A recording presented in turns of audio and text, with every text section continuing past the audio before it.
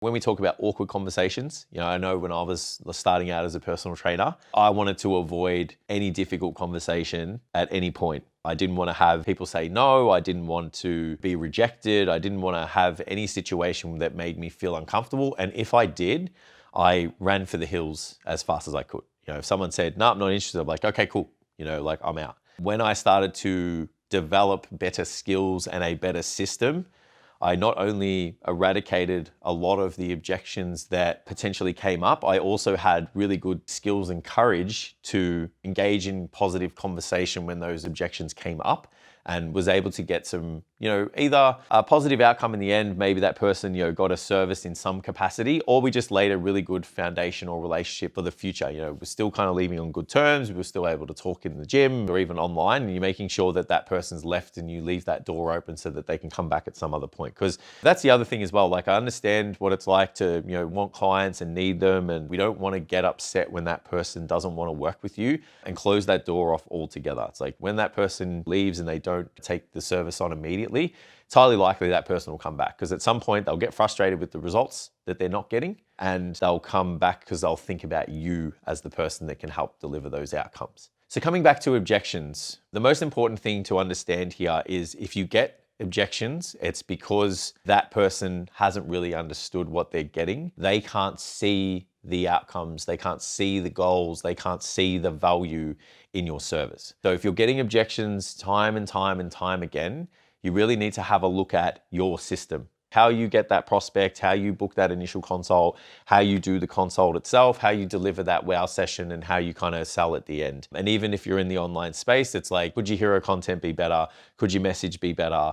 Could your consult be better? Could your language be better? Are you adopting a prescriptive mindset? Are you being a specialist? Are you being very clear and understanding with what you're saying? Because in a lot of cases, again, looking at the path of least resistance, it's easier for that person to say no and walk away, especially if they're unsure about what they're getting. So then coming to objections, and actually being able to navigate some objections. The first thing to understand is never take an objection and just walk away. What you want to do is say, was there something that I missed? Was I being unclear with things? Do you need me to explain any more? Do you have any more questions? Those kind of things to prompt conversation back and forth, get to the compelling reason. Because if someone says, I need to think about it, and you just go, okay, no worries, we'll think about it and let me know, it's highly likely that person's going to walk out. So something as simple as like, can I ask, what it is that you need to think about? And just because I want to make sure I was clear on things, you understand what you're getting. And then they're just like, I just don't understand this bit. It's like, okay, so this is how that works. And, we do it this way, and et cetera, et cetera. And it's like, is there anything else that you need to think about? It's like, that kind of clears things up. And it's like, okay, so they're box ticked. I kind of asked and we solved the problem. If they say, I can't afford it, it's easy for you to say, okay, that's fine, see you later, best of luck, come back when you can. When you could go back with, okay, that's fine. Do you know what you can afford and what you can put aside towards your health and fitness goals? And they say, I can put away X amount per week. And again, if you run a business and you have services and you have a premium product and scale it backwards with, less inclusions and those kind of things, you have the ability to work with somebody in a capacity that allows that door to stay open, so that person can maybe increase their touch points, increase the service that they get over time, as they maybe see more value or their situation changes financially or those kind of things. But if you don't ask the question, you're going to get no every single time. So it's really important when we're dealing with objections that we, one, don't get butthurt, and two, we make sure that we ask with the idea of trying to help that person, because, there's been a few instances where, I've been really, really honest with somebody and it's kind of worked out. It's like, I'm just making sure that you leave here with all of the information that you need, because we've had a really good conversation.